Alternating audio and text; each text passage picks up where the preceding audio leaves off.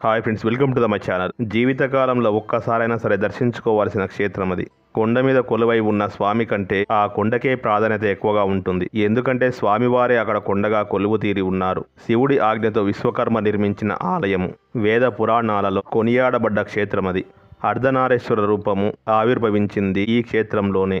ఈ క్షేత్రంలో జరిగే పూజా విధానం అంతా కూడా పరమేశ్వరుడి సలహాతోనే గౌతమ మహర్షి సూచించిన విధంగా జరుగుతుంది. ఈశ్వరుడు స్తంభాకారంగా తన ఆది అంతాలను కనుగొనమని బ్రహ్మ విష్ణువులకు పరీక్ష పెట్టింది ఇక్కడేనట. సృష్టిలోని పంచభూతాలకు ప్రతీకగా పరమశివుడు 5 చోట్ల అగ్ని, వాయువు, జల, ఆకాశం, భూలింగాలుగా వెలవడం జరిగింది. అందులో అగ్నిలింగంగా వెలిసిన క్షేత్రము అదే తమిళనాడులోని అరుణాచలంగా ప్రసిద్ధి చెందిన తిరువన్నామలై. అరుణాచల పర్వతమే పరమశివుడు, పరమశివుడే అరుణాచల పర్వతము. అందుకే ఇక్కడ గిరి ప్రదక్షిణ పేరుతో కొండ చుట్టూ కూడా ప్రదక్షిణ చేస్తారు. అరుణాచల పర్వత గుహల్లోనే దక్షిణామూర్తి ఇప్పటికి కూడా ఉన్నారు అని చెప్తారు. ఇక్కడే రమణ మహర్షి ఆశ్రమం కూడా ఉంది. గంధర్వులు, దేవతలు, మహర్షులు, శివలోక వాసులు, విష్ణులోక వాసులు, ఇలా ఎంతో మంది దేవతలు తిరువన్నామలైకి వచ్చి భూలోకంలో ఉండే జీవరాశుల రూపంలో ఇప్పటికి కూడా గిరి చుట్టూ ప్రదక్షిణలు చేస్తారు అని మనకు పురాణాలు చెప్తూ ఉన్నాయి. ఇలా ఎన్నో అద్భుతాలకు నిలవు అరుణాచలము. అలాంటి అద్భుతమైన అరుణాచలం గురించి మనం ఇప్పుడు తెలుసుకుందాం. మీరు మాత్రం వీడియో ఎక్కడ కూడా స్కిప్ చేయకుండా చివరి దాకా చూడండి. నచ్చితే తప్పకుండా లైక్ చేయండి, షేర్ చేయండి, కామెంట్ చేయండి. మరిన్ని అప్డేట్స్ కోసం మన ఛానల్ సబ్స్క్రైబ్ చేసుకోండి.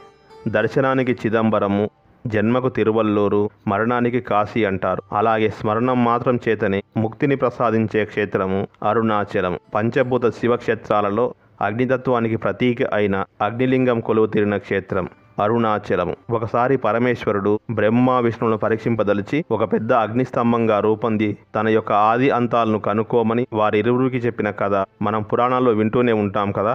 ఆ పరీక్ష ఇక్కడే జరిగిందని పురాణాలు చెప్తూ ఉన్నాయి. ఆ అగ్నిరూప పర్వతమే ఈ కొండ, అదే అన్నామలై. పరమేశ్వరుడికి అన్నాల్ అన్న పేరు కూడా ఉంది. అన్నాల్ అంటే అగ్ని, ప్రకాశ మొదలైన అర్థాలు కూడా ఉన్నాయి. మలై అంటే పర్వతము. ఈ రెండూ కలిసి అన్నాల్మలై. కాలక్రమేణా అది అన్నామలైగా అయిపోయింది. తిరు అంటే తమిళంలో గౌరవ సూచకం. సాక్షాత్తు శివుడు రూపు దాల్చిన పర్వతానికి తిరు అన్న గౌరవ చిహ్నము ముందుగా చేర్చి తిరువన్నామలైగా ప్రసిద్ధి చెందింది. శివస్వరూపమైన అంత పెద్ద కొండను పూజించడము సామాన్యుల వల్ల కాదని పర్వతపాదంలో అర్చా స్వరూపంగా రూపుదాల్చమని బ్రహ్మాది దేవతలు శివుని వేడుకున్నారు. వారి కోరిక మేరకు శివుడు చిన్న లింగంగా మారి తర్వాత ఆ పర్వతంలో అంతర్ధానమైపోయాడు. అలా లింగ రూపంలో వెలిసిన ఆ మహిమాన్వితమైన శివలింగాన్ని ప్రతిష్ఠించడానికి ఒక ఆలయాన్ని నిర్మించవలసిందిగా బ్రహ్మ విష్ణువులు దేవశిల్పిని కోరారు. దేవశిల్పి ఆధ్వర్యంలో అక్కడ ఒక అద్భుతమైన ఆలయము, 300 పుణ్యతీర్థాలు, అందమైన నగరం కూడా రూపుదిద్దుకుంది. తర్వాత యుగ యుగాలలో ఎన్నో రకాల మార్పులు చెంది ప్రస్తుతము ఉన్న ఆలయం రూపుదిద్దుకుంది. అర్ధనారీశ్వర రూపము ఈ క్షేత్రంలోనే ఉద్భవించింది అని మనకు పురాణ కథనాలు చెప్తూ ఉన్నాయి. అరుణాచలము అర్ధనారీశ్వర రూపం అంటారు. ఒకసారి పార్వతీదేవి సరదాగా ఒక క్షణము శివుడి కండ్లు మూసిందట. అంతే, ప్రపంచమంతా కూడా గాఢాంధకారం మునిగిపోయి అల్లకల్లోలమయ్యింది. పరమశివుడు తన 3వ నేత్రము తెరిచి ప్రపంచానికి వెలుగు ప్రసాదించాడు. తాను చేసిన పొరపాటు ప్రాయశ్చితంగా పార్వతీదేవి కంచికి వెళ్లి పరమశివుని గురించి తపస్సు చేసింది. ప్రసన్నుడు అయిన పరమశివుడు పార్వతీదేవిని తిరువన్నామలై వెళ్లి అక్కడ తపస్సు చేయమని చెప్పాడు. అరుణాచలం చేరుకున్న పార్వతీదేవి గౌతమ మహర్షి సూచనల ప్రకారము గిరి ప్రదక్షిణ చేస్తూ శివుణ్ణి ఆరాధించింది. ప్రసన్నుడు అయిన శివుడు పార్వతీదేవికి తన శరీరంలో సగస్థానం ఇచ్చి అర్ధనారీశ్వరుడు అయ్యాడు. తిరువన్నామలై అన్న పేరు తలుచుకుంటేనే ముక్తిని ప్రసాదిస్తుందంట ఆ క్షేత్రం. ఈ క్షేత్రాన్ని భక్తితో దర్శించి శ్రద్ధతో స్వామివారిని పూజిస్తే పూజించిన వారు మాత్రమే కాకుండా ఆ తర్వాత 21 తరాల వారు కూడా ముక్తిని పొందుతారు అని పురాణాలు చెప్తున్నాయి. ఈ స్థలాన్ని వశిష్ఠుడు, వ్యాసుడు, అగస్త్యుడు మొదలైన వారు కాకుండా మరెంతో మంది ప్రసిద్ధులు, యోగులు స్వామివారిని దర్శించి పూజించారు. అనేక మంది ప్రసిద్ధమైన కవులు స్వామివారి మహిమల గురించి శృతిగానాలు చేశారు. కృతయుగంలో ఈ ఆలయాన్ని మొదటగా దేవశిల్పి నిర్మించగా ఆ తర్వాతి కాలంలో చోళ, పాండ్య, పల్లవ, హొయసల, విజయనగర రాజులతో ఎంతో మంది భక్తులు కూడా స్వామివారి ఆలయాన్ని అభివృద్ధి చేసి స్వామివారికి అనేక ఆభరణాలు, కానుకలు ఇచ్చినట్లుగా మనకు శాసనాలు చెప్తూ ఉన్నాయి. రాజగోపురం సమీపంలో కంబత్ ఇలయనార్ సన్నిధి అంటే సుబ్రహ్మణ్యేశ్వర స్వామివారి ఆలయం చాలా ప్రసిద్ధి చెందింది. తిరుపల్ కావ్యాన్ని రచించిన అరుణగిరినాథుని భక్తి శ్రద్ధలకు ఆనందించిన సుబ్రహ్మణ్యేశ్వరుడు అరుణగిరినాథునికి ఇక్కడే దర్శనమిచ్చాడట. ఈ సందర్భంగా స్వామి చూపిన కరుణకి తార్కాణంగా ఒక ఘటన కూడా చెప్తారు. ఎంతకాలమైనా సరే స్వామివారి అనుగ్రహం కలగకపోవడంతో నిరాశకు గురైన అరుణగిరినాథుడు వల్లాల మహారాజు గోపురంపై పైనుంచి కింద పడిపోబోయే సమయంలో సుబ్రహ్మణ్యేశ్వర స్వామి అతన్ని తన చేతిలోనికి తీసుకుని రక్షించి అతని ప్రాణాలు కాపాడమే కాకుండా అతనికి ఒల్లి దేవసేనులతో సహా దర్శనమిచ్చాడట. ఇక ఈ అరుణాచల ఆలయం గురించి చెప్పుకునేటప్పుడు ప్రధానంగా చెప్పుకోవాల్సిన అంశం ఇక్కడ చేసేటువంటి గిరి ప్రదక్షిణ.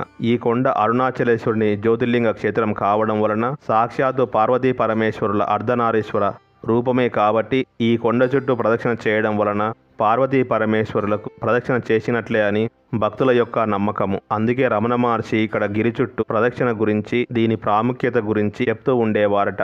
ఎవరైతే పాదరక్షలు లేకుండా ప్రదక్షిణ చేస్తారో వారికి అనంతమైన పుణ్య ఫలితం లభిస్తుంది అని చెప్తారు. ప్రతి నెలలో కూడా పౌర్ణమి రోజు పెద్ద సంఖ్యలో భక్తులు గిరి ప్రదక్షిణ చేస్తూ ఉంటారు. అరుణాచల గిరి ప్రదక్షిణ చేసే వారికి మోక్షం లభిస్తుంది అని, కోరిన కోరికలన్నీ కూడా నెరవేరుతాయి అని భక్తుల ప్రగాఢ నమ్మకము. ముఖ్యంగా పౌర్ణమి రోజున వెన్నెలలో గిరి ప్రదక్షిణ చేయడం వలన జీవితంలో అనేక ప్రయోజనాలు కలుగుతాయని భక్తులు నమ్ముతారు. అరుణాచల క్షేత్ర ప్రస్తావన రాగానే చెప్పుకోవలసింది కొండ మీద వెలిగించే కార్తీక దీపం. కార్తీక పౌర్ణమి రోజు వెలిగించే జ్యోతి, ఆ జ్యోతి సాక్షాత్తు ఆ పరమేశ్వరుడే అని భావిస్తారు భక్తులు. అరుణాచలం రోజున కార్తీక పౌర్ణమి రోజున వెలిగించే కార్తీక దీపం చూడడానికి దేశ విదేశాల నుంచి కూడా లక్షలాది మంది ప్రజలు వస్తారు. శివుడు మహాజ్యోతి రూపంలో సాక్షాత్కరించిన రోజే కొండ మీద దీపాన్ని వెలిగిస్తారు.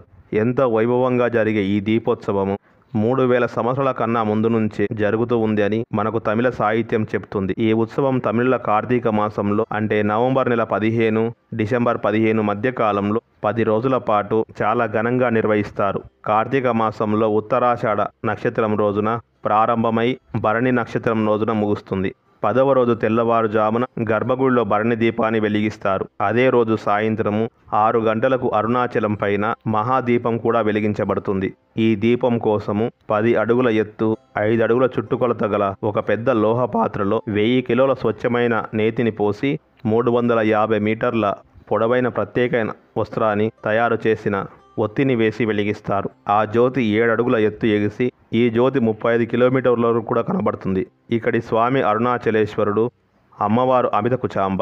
ఇక ఈ క్షేత్రానికి ఎలా చేరుకోవాలో చూద్దాం. ప్రసిద్ధ క్షేత్రం తిరుపతి నుంచి 193 కిలోమీటర్ల దూరంలోను, బెంగళూరు నుంచి 202 కిలోమీటర్ల దూరంలోను, చెన్నై నుంచి 185 కిలోమీటర్ల దూరంలోను ఉంటుంది ఈ అరుణాచలం.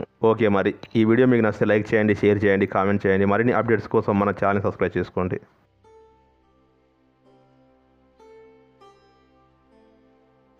Shri Chaitanya